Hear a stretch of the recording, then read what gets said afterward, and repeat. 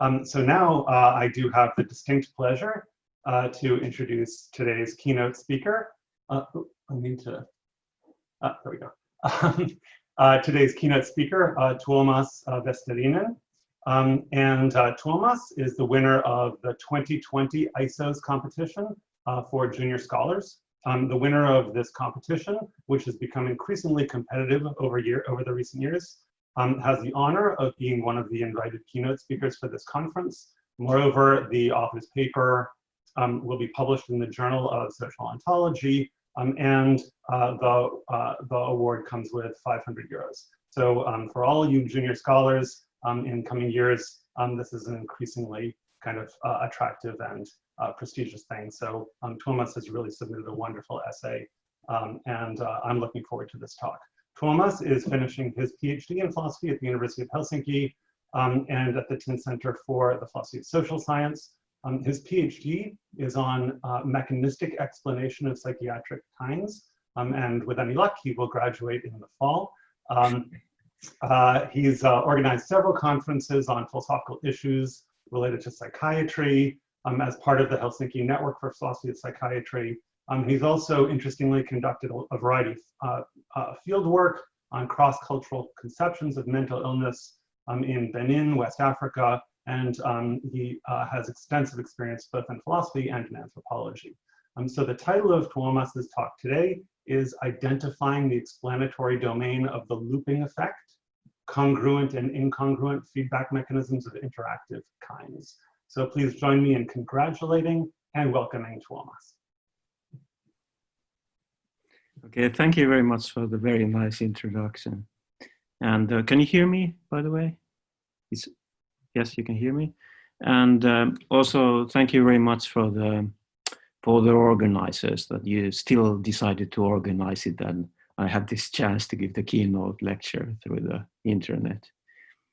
And of course, I feel that it's a great honor to be given this prize and this competition. I've been working on this article for, I would say, longer than I care to remember, but now that I finally submitted it. In fact, I submitted it in Africa when I was doing that field work. I was sweating and the fan wasn't working and the internet connection was bad, but I finally managed to submit it at the last moment. And so I feel very privileged to have, received this honor. And so my talk will be about the article. Let me try to put the desktop, share the desktop for you. Can you see it now? Yes. So my talk will be on the looping effect.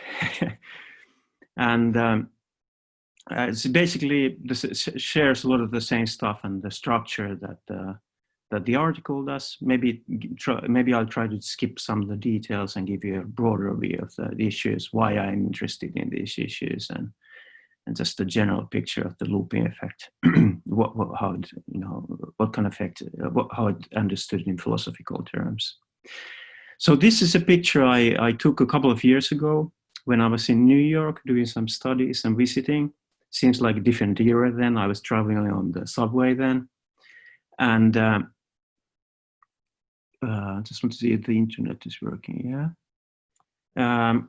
So I was traveling on the subway, and as you know, one can get very easily disoriented in a new city, especially like a city like New York, a huge city. So I was sitting there and I had lost my fare card several times and had, passed my stop many times when I was going somewhere. And I saw this information plaque there that asked, lost your fare card again? Yeah, several times I had. Daydreamed through your stop again? Yes, I had. Feeling restless, of course, after all these things. Then it asked whether I would have these symptoms of the ADHD. And then he had this internet site, which I checked later on, once I got home. And it directed the Shire's page, which is this huge pharmaceutical company that is promoting this idea that adults can have ADHD too. So if I think about this sort of feelings I got when I read the plaque, it sort of exemplifies there could have been sort of looping effect that might have started from there, as sort of a person. The whole package of being an adult ADHD, the package, what does it include? My searching for the information and so on.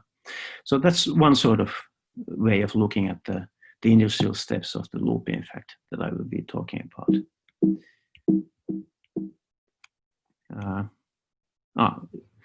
Let me try to put that a little smaller. Okay. So the overview of my talk is to give you first a brief introduction to the social construction as an explanation in general, after which I will give an overview of the looping effect, which I presume most of you are very much aware of, and then the interactive kinds, the kinds that are susceptible to the looping effect. And then the kind of looping debate or Hacking's description of the looping effect has started. And then I'll give you a brief introduction to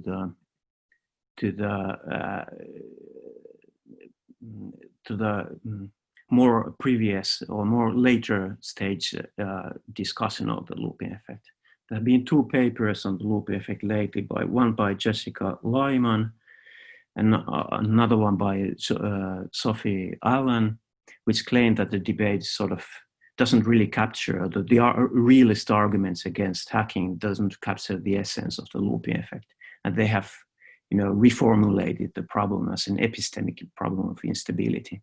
So I'll give you a brief overview of that. And then I'll give my own argument, which is that we should have an explanatory approach to the looping effect that consists of the feedback mechanism, in the sense that we can take those different feedback mechanisms to enhance our explanation of the targeted interactive kinds. And these feedback mechanisms sort of create this understandable property variation by creating a domain of application. I'll give you a brief overview of that. And then I also argue that looping effects their effects come in degrees, as do their explanatory relevance, of course, too. And so the stability is a sort of the stability that the accountable stability of kinds fall on this continuum in a way.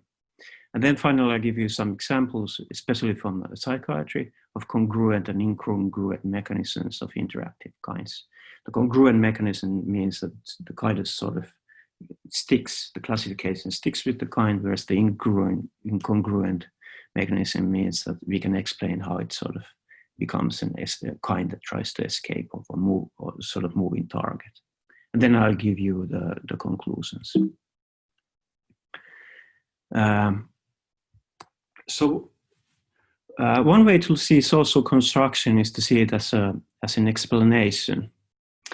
Usually when people talk about social construction, it's understood sort of as highlighting the contingent and covert nature of things. They could have been different. So it's quite clear that institutional kinds are constructed, but then it's a much more difficult question whether mental disorders are constructed. If they are, in what sense are they? But in general terms, this contingency seems to contrast scientific kind realism, the view that classifications pick out non-contingent, natural or real kinds. But what I'll argue is that although scientific research in the human sciences cannot avoid influences of studied phenomena, and in this case, the kinds, social construction and the kind of I'm interested in the looping effect can be as informative as other scientific interventions. And the motivation for this argument is that if you look at philosophy of social sciences and humanities, I think the ruling philosophy is naturalism, meaning that there's a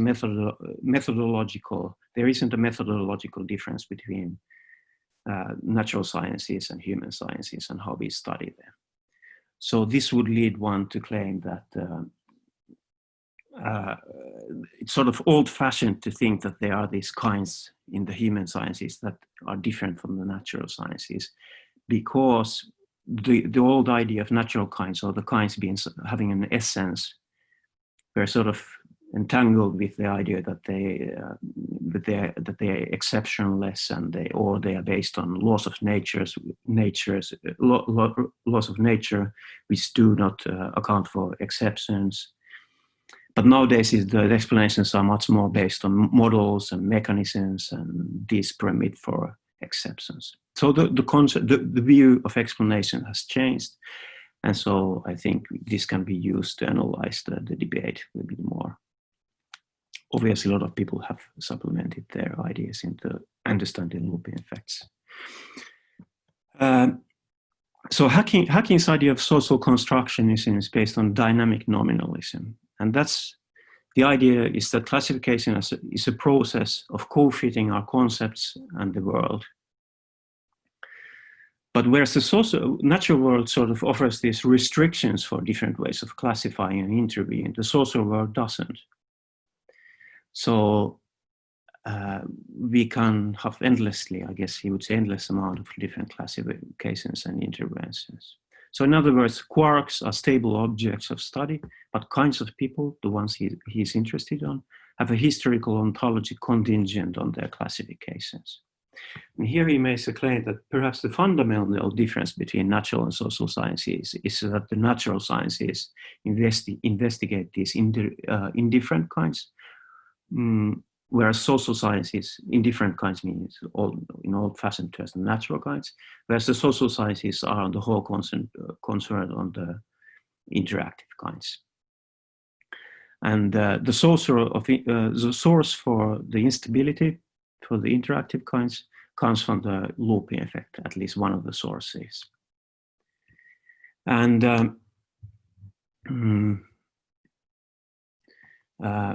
so if you look at Hacking's view, how it has evolved throughout the years, in the beginning, I think he was a little bit, he wasn't really clear on whether dynamic nominalism would lead to anti-realism or not. So here's a quote from him. I would like to know if there could be a general theory of making up people, or whether each example is so peculiar that it demands its own non-generalizable story. But later on, I think this is his latest book from the social ontology. I do not believe that there's a general story to be told about making up people. Each category has its own history. But then he also, I don't remember where I got this quote, maybe it's from the same book also. He's a little bit vague still in saying that a study of one kind may still eliminate many others. But no matter how well chosen the example, it will serve only as a guide for understanding a group of kinds. It should never aim to be a model for all kinds. The motto is modeling. So this is something I want to explore.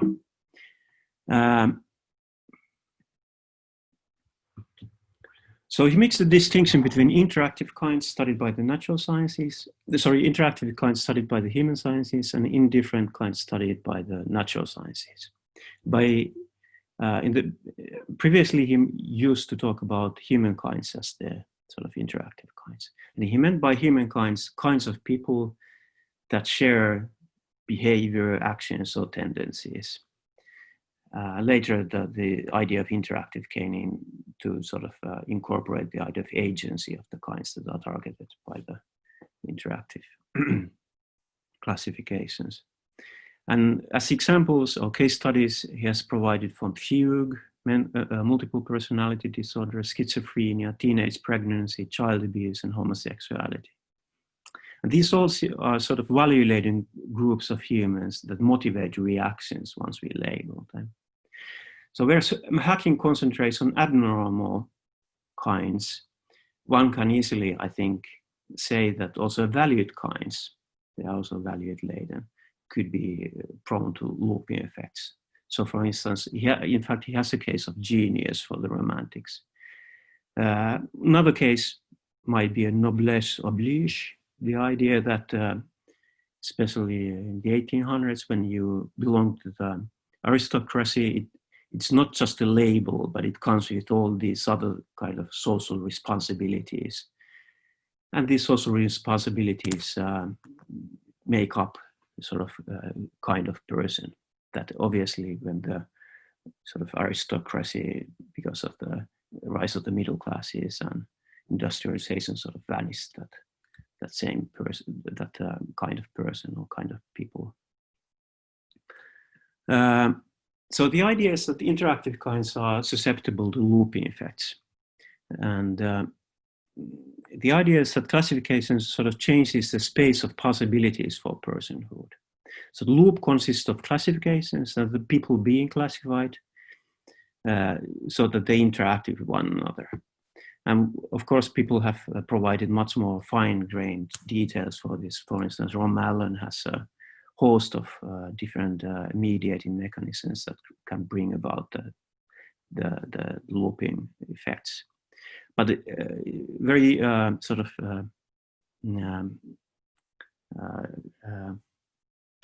simply put, the first stage consists of classifications, associated beliefs, and the generated actions that influence the people being classified and other people around them. Whereas at the second stage, classification may have to be amended to match those changes.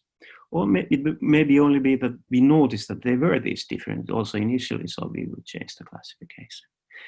And as a consequence, there's the effect that, that destabilizes the kind by rendering sort of a moving target. And here I have another example of how it works. Hacking talks a lot about biologization. That's one of the reasons for the looping effect. So at the initial stage, we can think of a group of people who share some symptoms, and we identify those. And then we look for the causes, sort of biological causes for those symptoms. And then we come up with these ideal symptoms that are the symptoms of the causes that we supposedly found. And we diagnose people based on that. And then there's a labeling effect back to those people. And because of at least one of the reasons, because they're validated, they react to those, and then the whole sort of loop starts again. And hacking's prime example is the multiple personality disorder, where it's the initial stage, there were people only with 2 personalities. And finally, through this loop, people at the final stage maybe had 200 personalities. And here's another way of looking at the loop effect and how it renders a humankind a moving target. And this is a later view of Hacking's, where he had more fine-grained picture of what's going on and the evolved aspects of it. So he thought that there's this sort of upper level where the classification, which includes at least experience and knowledge, and then there's the bottom level, self-concepts and behavior, and they interact through institutions. So when we saw some say some people that have some symptoms or something, behavior or traits that seem to form a group, we classify that, and that has an influence on the people who need to amend the classification, and so creating the moving target phenomenon. So although hacking concentrates on scientific classifications, I think it's fair to say that also folk categories interact in the same way. So we can think that, for instance, scientific classification may sharpen or reinforce the boundaries of pre-existing folk categories. I think it's fair to say that such is the case with madness, for instance. Initially, madness was this folk category that people used, but then it became a target of scientific research in the 1800s, something that hacking has researched. And nowadays we have these very refined symptom-based classification manuals like the DSM that have over 300 different disorders. And then there's another case of where scientific classification may create folk categories that consequently sort of become the kinds of people. And maybe homosexuality could be a case like that, where initially I think it was first in the end of the 1800s, also a case from hacking, identified, and thereafter by sort of scientists or psychologists, and thereafter it took up and people started feeling that they belong to the group and there's the kind of person, the homosexual person that exists. But in extreme cases, I guess one can say that institutionalization may destroy the feedback effect. So think of cases like a healer becomes a licensed physician. Then it's sort of very strictly defined, and at least the looping effect loses some of its force. So for instance, in Finland, maybe about 10 years ago, there were several cases of physicians that were labeled as fake physicians or fake doctors, because there was one case of a fake doctor who had practiced his being a doctor for maybe over 10 years.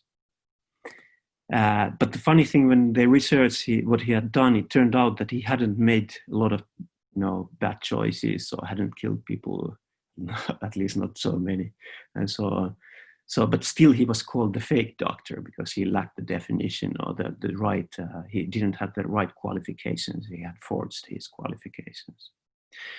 But this picture of the loop effect sort of leaves open the role play, but the targeted kinds, which is, I think, more interesting.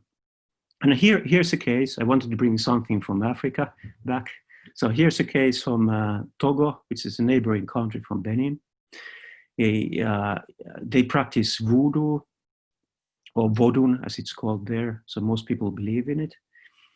And vodun has these bokonos, which are diviners and healers, which go through this coveted education in the Fa divination system. Fa is this spiritual world that they start to understand through their training.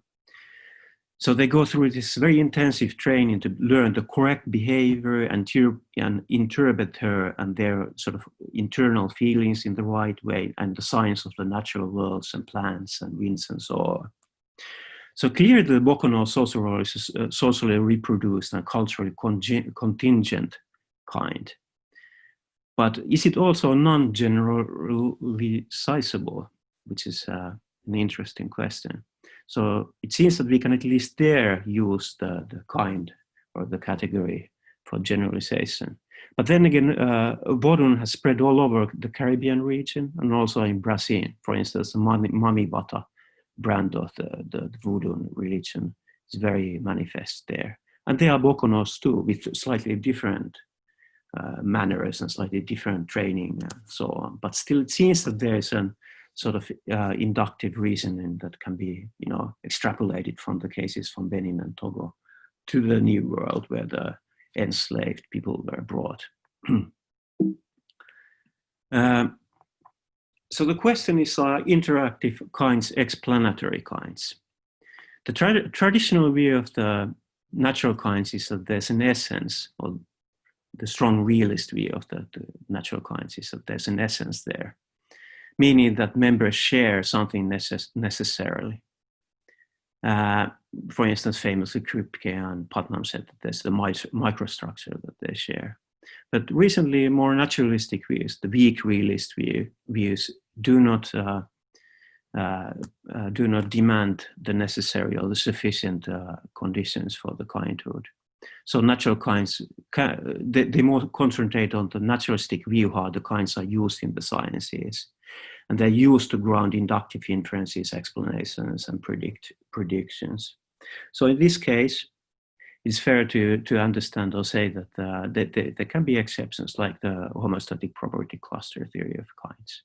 Hence, the argument that Hacking uses for dynamic nominalism to interactive kinds that are not natural kinds, it's a little bit, it's not that straightforward. And there's an ontological question that demands answering. So the ontological question is, what renders interactive kinds susceptible to the looping effect to begin with? And then there's an epistemic question. Why would their instability be epistemically problematic for classifications, explanations, and predictions? And this has sort of started the looping debate. And realists have claimed that looping fails as a principal criterion because there's no ontological difference between the kinds, or it doesn't cause any epistemic problems. For instance, Cooper and Khalidi have claimed that looping influences also prototypical natural kinds. For instance, disease entities, domesticated animals. For instance, the case of breeding dogs and cats. Once we classify them in a certain way, we intervene on their evolution, which causes them to change, and then we have to take that into account in the classifications. We have to amend them to match the kinds, and this is a sort of process. Well, I would say that there are in fact two mechanisms here. There's a sort of looping effect mechanism, but then there's the evolutionary mechanism that coalesce to create the movement of the kind. But hacking has answered to this that the subject need to be aware and act under a description to count as real interactive kinds. So it's an intentional action that really makes a difference here. We become aware of the labels and we incorporate it into our personhood, the way we see ourselves and so on, the sort of description. And then we act upon that. But then again, these realists have answered that hacking admits that some looping effects of humans are still mediated by structural changes. For instance, he has a case where schoolrooms are organized to facilitate children with autistic spectrum disorder, or maybe it was ADHD. So one would think that they change their behavior because of the classification, but it's not mediated by the intentional action, but maybe the parents and the schools and so on, the institution in general. And this would lead one to say that therefore, since prototypical natural kinds are subject to the looping, it doesn't preclude human kinds from being general, real kinds or natural kinds as well. And then there's the quantitative criterion that the realist put into account. For instance, Ron Mallon has claimed that, or said that looping would be a problem only if classification could not keep up with the changes. And then several people have said that looping can be understood as stabilizing kinds, not just destabilizing kinds. For instance, Murphy, Griffiths, and Kuorikoski and Pöyhönen from Finland. So at this stage, it seems that the realists had the game. I mean, there doesn't seem to be very much that why the looping effect would exclude, in principle, interactive kinds from not grounding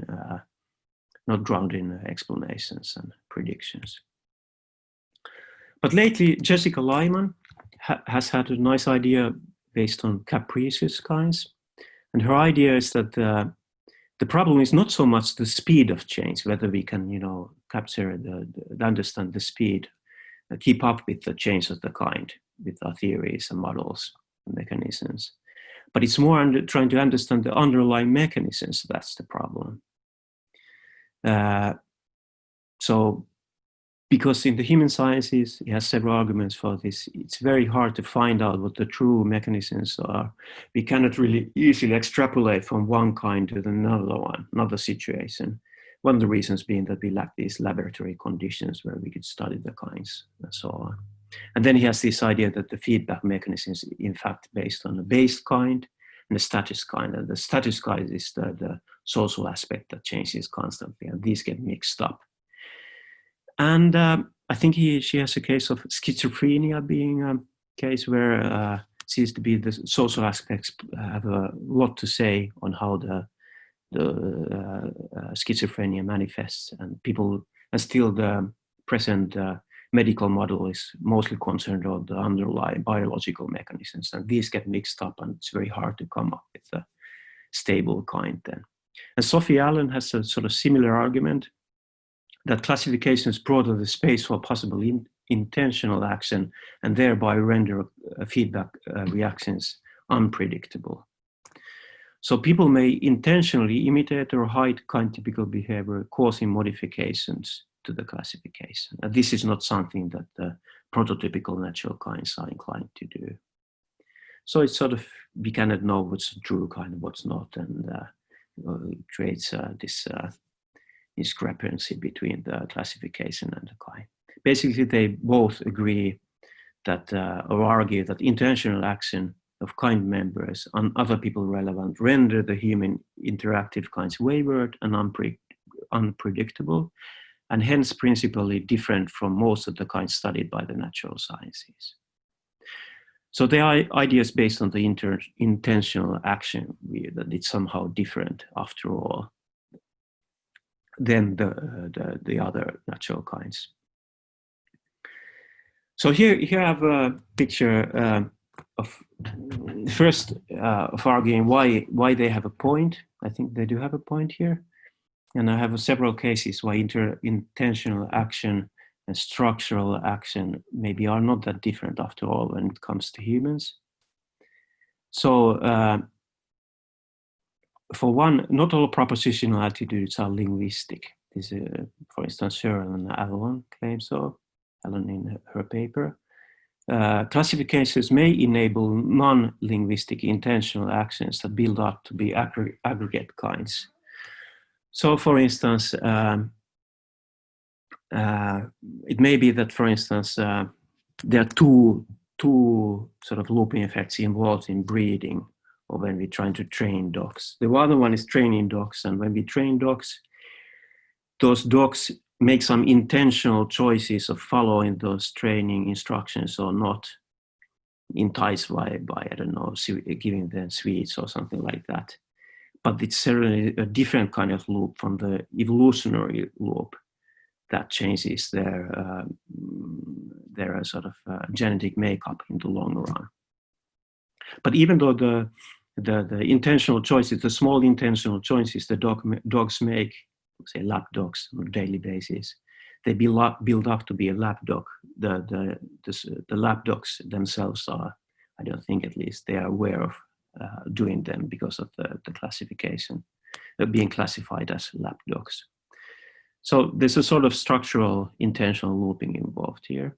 And then can be another kind of intentional structural looping when there's no awareness required for the intentional action. So for instance, Hacking has the case himself too, that refugee children may follow the instruction of their mothers, and so they do this refugee kind of intentional acts. So one can, within an in-group, behave in a sort of intentional way that's kind typical, even though one is not personally aware of doing them for the kind action. And then there are cases of salient structures from Van Malon. And then there are levels of classificatory induced intentionality. This is an interesting case. It's one can think that there are sort of different levels of intentionality involved in bringing up kinds. For instance, Raymond Williams, famous British literary scientist, studied literature, has had the idea of structures of feeling. So in some cases, it may be that the kind hasn't been formed in linguistic terms yet, but those people who are inclined to behave in a certain way have these shared feelings of belong to something specific and unique. And it may be in the eyes of the other people that it sort of manifests that they sort of feel like this. And these eventually build up to be kind. So they already at that stage, without knowing it and anybody knowing it, start to behave in a kind typical way. And there are James Siegel, for instance, an anthropologist, has a case of Indonesians starting to act like Indonesians as having a shared identity. Think of Indonesia, it's a pot of different cultures and languages and ethnicities and so on. But he claims that in the eyes of the colonialist Dutch, they started to feel that there is something that they share. And they didn't really manifest that in their speech, but in acts and so on initially. I guess I should mention about the first case too, is that not all propositional attitudes are linguistic.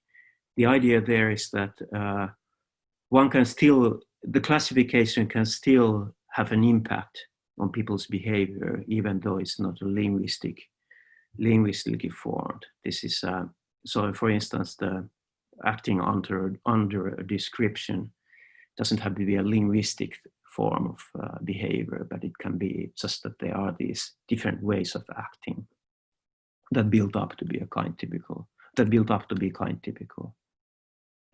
So based on this, I would say that if intentional action is really epistemically different, many human kinds would differ from natural kinds.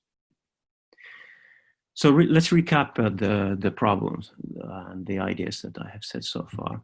The difference between there's a difference between human interactive kinds and natural interactive kinds, at least based on Lyman and Allen's arguments. So when classification influences a human in an indirect way through structural changes, the kind typical actions and ways of being are nonetheless intentional in a way that is made possible by the classification. So an agent may act intentionally in such a way that it separates the individual actions. That the separate individual actions are kind typical unbeknownst to her. And this drives a wedge between structural looping mediated by intentional behavior and structural looping mediated by evolutionary kinds, like the bacteria, viruses, and breeding of dogs. And this leaves room to argue, as Lyman and Allen do, that some human kinds are epistemically different from prototypical natural kinds, because intentional action is epistemically problematic for predictions and generalizations. So this may have a lot of consequences, but one at least I see is that it sort of threatens the methodological unity of sciences, naturalism, at least in the kind realist way. And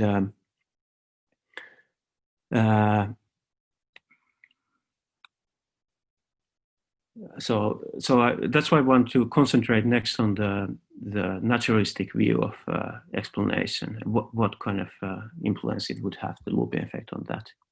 So I guess the looping effect can be understood in two ways in that light. It can be either understood as anti-naturalistic or naturalistic. One can have a naturalistic or anti-naturalistic view of the looping effect. The anti-naturalistic view of the looping effect would mean that one way to look at it at least is that the intentions and the intended acts are logically connected somehow. This is an idea from Georg von Frick from Finland from the 70s. And this would lead to the view that there are sort of these secondary interpretations that differ the first order interpretations when we are classifying things, sort of a constitutional view of the looping effect. And this can be, again, interpreted as strong conventionalism, sort of it's in the eye of the beholder, the kind. But I would think that Hacking does agree with this view, so it's too strong. And then there could be a weaker conventional view, understanding them more as institutional kinds. So the individuals do not have to be aware of the kind, but it's still socially constructed by the representations. But as many people have claimed, the representations cause actions, and those actions are real in the sense that those are the ones that we need to take into account when we modify the classifications. So that doesn't work really too. And furthermore, the von Wright's idea, it's flawed. People agree, people who study causation in philosophy, in the sense that, at least in the sense that conceptuality is not part of the explanation, but it's more part of the individual's view of how to act. So this leaves the view that looping effect is naturalistic leads to naturalistic anti-realism. So looping effect would be a sort of causal construction. But this is something I want to argue against. So one way to look at how the kinds could be real is the leading view of kinds in the social sciences, at least right now, the property cluster view of natural kinds. And for instance, Griffiths and Mallon and Kuori and Pöyhikoski have used this to understand interactive kinds. So as most of you are probably aware, the homeostatic property cluster view holds that natural kinds are co-occurring property clusters, which are generated by homeostatic mechanisms or mechanism.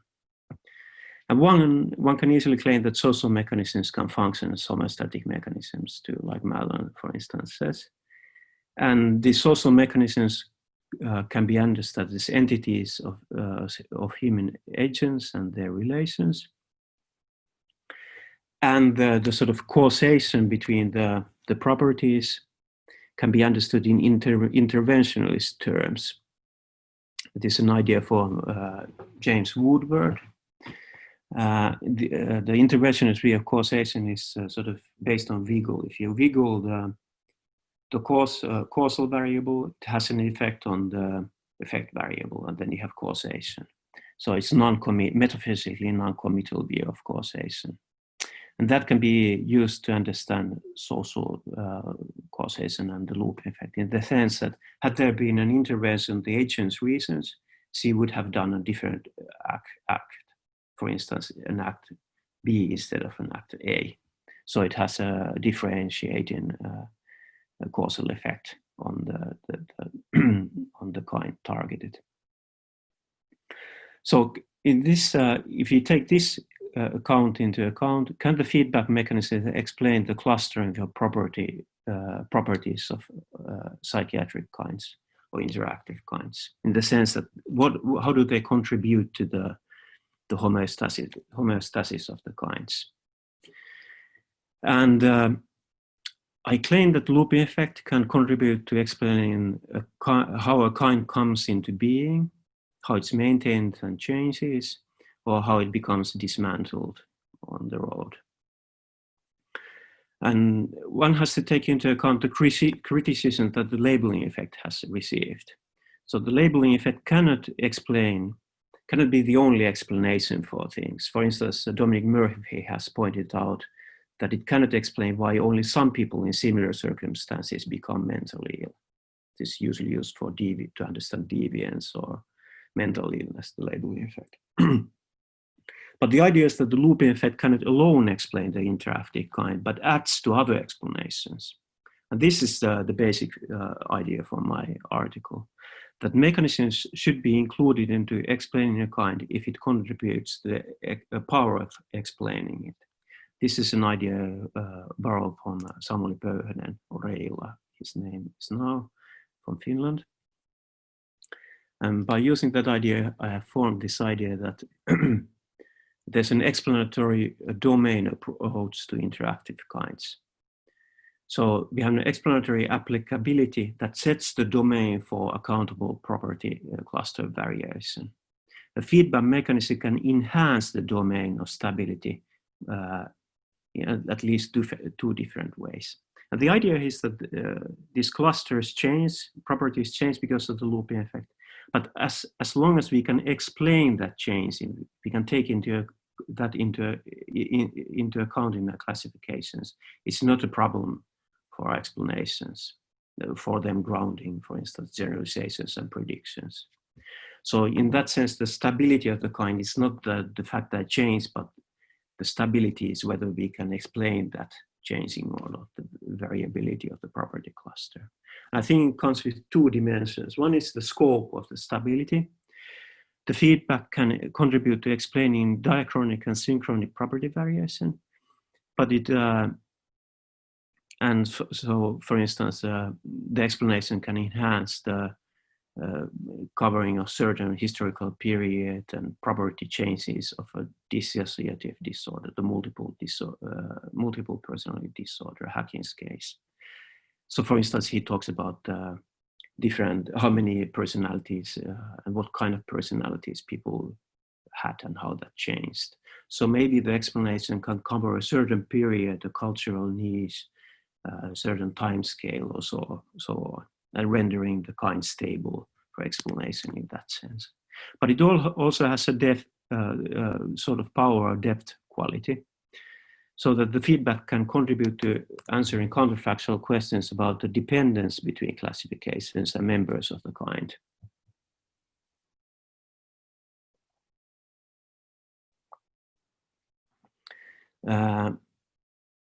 So the idea here, I have more on the next slide, is that there's a counterfactual dependence that should be insensitive at least to some background changes for the kind to be explanatory, for the mechanism to be explanatory. And based on these two aspects, I claim that the domain falls on a continuum, so that an explanation of a property cluster can be either more or less stable, so it explains better or worse. So for instance, take the case of the Boconol kind that I mentioned. In general, interactive kinds offer some but limited amount of inductive inferences. For instance, the Boconol kind in Benin, the Boconol kind in Caribbean countries like Haiti, for instance, it shares some properties. But if we can come up with a mechanism, we can understand that variation. And that understanding sort of enables us to use the kind for inductive inferences. Let me check the time. I want to go to some of the examples, so I'll go very briefly through this. The idea here is that the explanatory dearth is sort of based on the Woodwardian, or also Petri Ylikoski for Finland, from their idea of explanation based on contrastive counterfactual theory. And like I mentioned, the insensitivity here is that it resists at least some background under some background conditions. For instance, with the multiple personality disorder, we can see how the counterfactual cases, had the classification of multiple personality disorder been a little bit different, it would have had an influence on the people classified. So there's a counterfactual connection there. But how sort of how stable that is, that's the question. And many in human science is not that stable. And then there's the precision, meaning that what contrast the feedback mechanism can explain that an explanation without the mechanism cannot. So for instance, with the multiple personality disorder, it can enhance the explanation of the dissociative disorder by being able to account for the why it manifests only in certain cultures and countries like the US, France, and the Netherlands, and how once those people who were labeled changed their behavior in contrast to other people who maybe had the same feelings and same symptoms but didn't change their behavior in the same way. So here's an example of how to use this explanatory approach to the kinds. This is an idea for Tanja Luhrmann, and she uses it in her latest book. Let me try to see which is called Our Most Troubling Madness. And the idea there is that social aspect, the social environment is a risk factor for schizophrenia, or at least the people who are labeled with schizophrenia. And she calls this the social defeat hypothesis. So including that into explaining biological and psychological vulnerabilities gives us a better explanation of how schizophrenia evolves. And there are at least two aspects it can explain, at least how I interpret her view. One is that the stigmatization involved with the medicalization in the US and the West in general influences the way the label schizophrenia affects the nature of hallucinations. And Luhrmann and her group did this study some years ago, where it turned out that people in Ghana and India, how they experience their hallucinations are much more benevolent. They feel that they are the voices, for instance, that they hear are not bad, but it's more like a grandmother giving advice or God saying something for them to do. But in general, they weren't as bad as the voices heard in the West, especially in the USA. One of the reasons could be that stigmatization involved with the label. So once you're labeled of having schizophrenia, it comes with this package thing that it has an influence on the symptoms.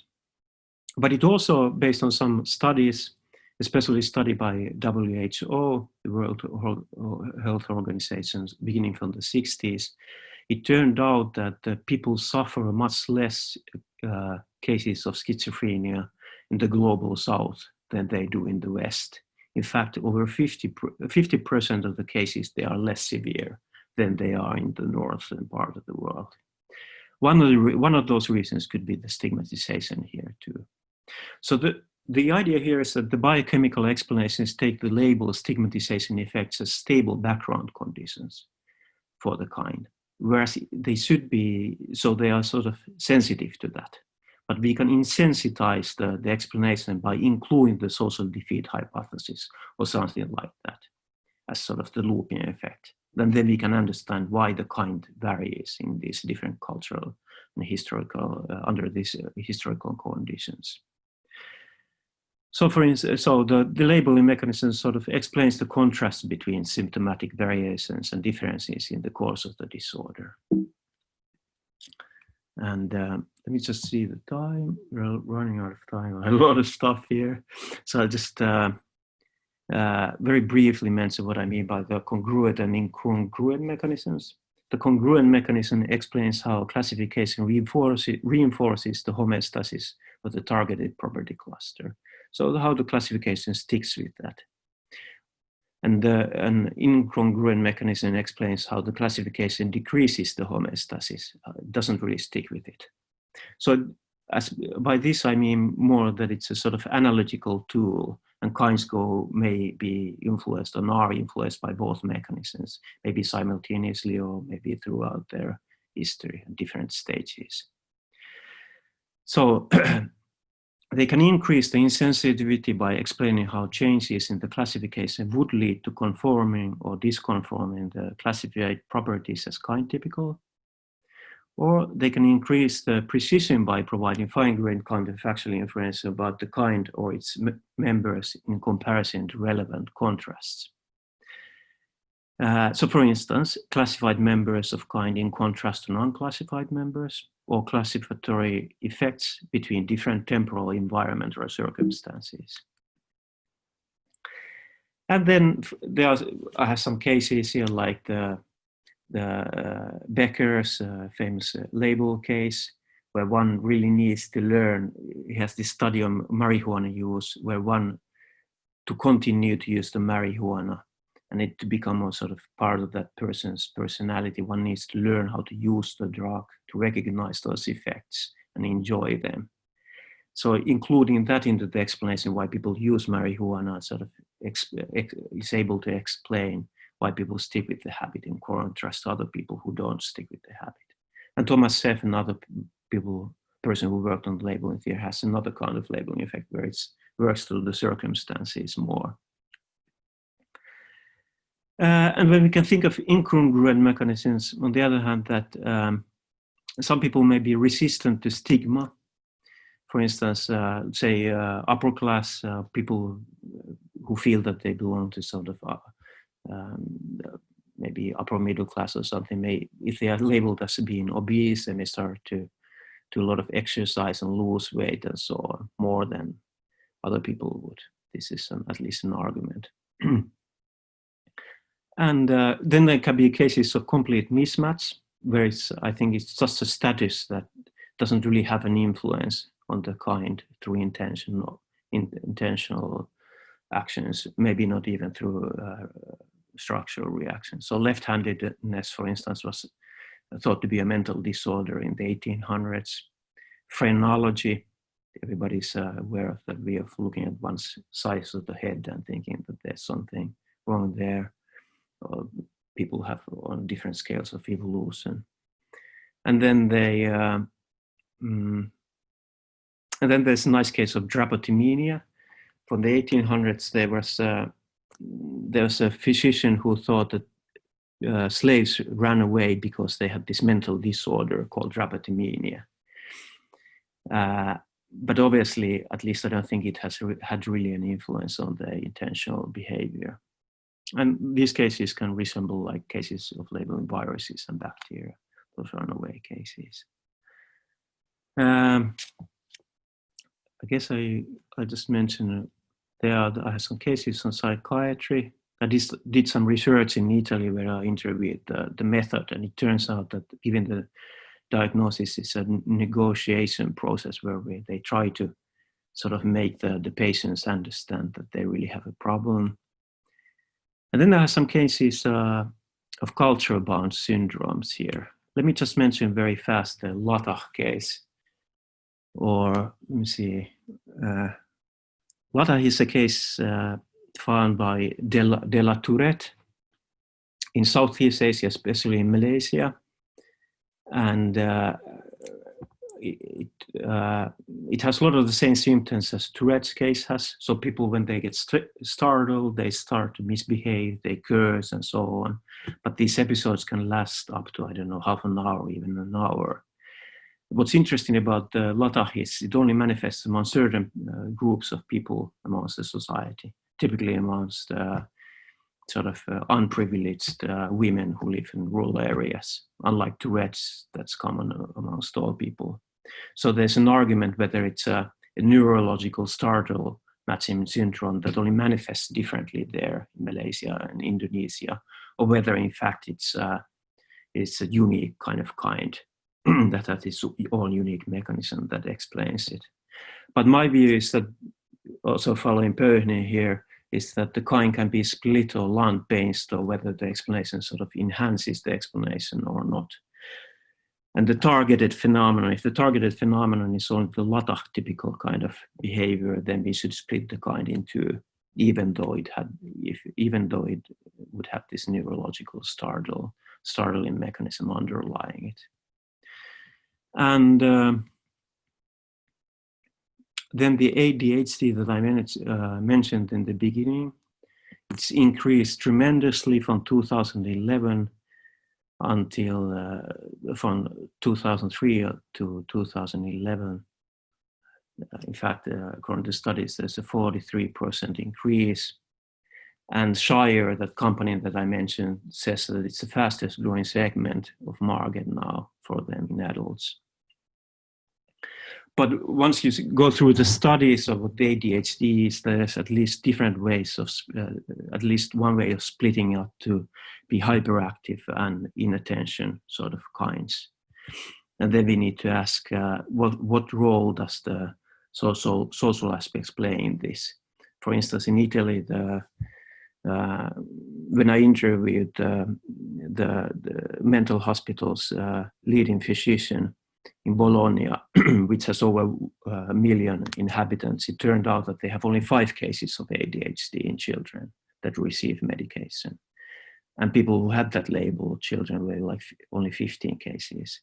And this is because they only concentrate on the cases that are inactive, not those hyperactive.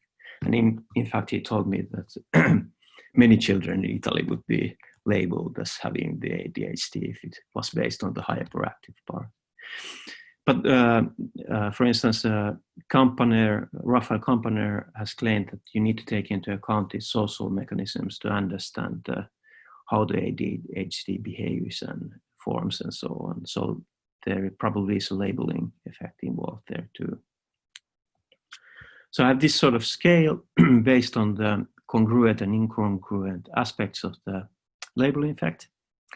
As you can see, the congruent aspects are, by them I intend the ones that stick with the homeostasis, and then the Becker's case would be there, and then there are the structural ones, the Sheffer's case, but obviously, like I said, it's an analytical tool, they both use both kinds.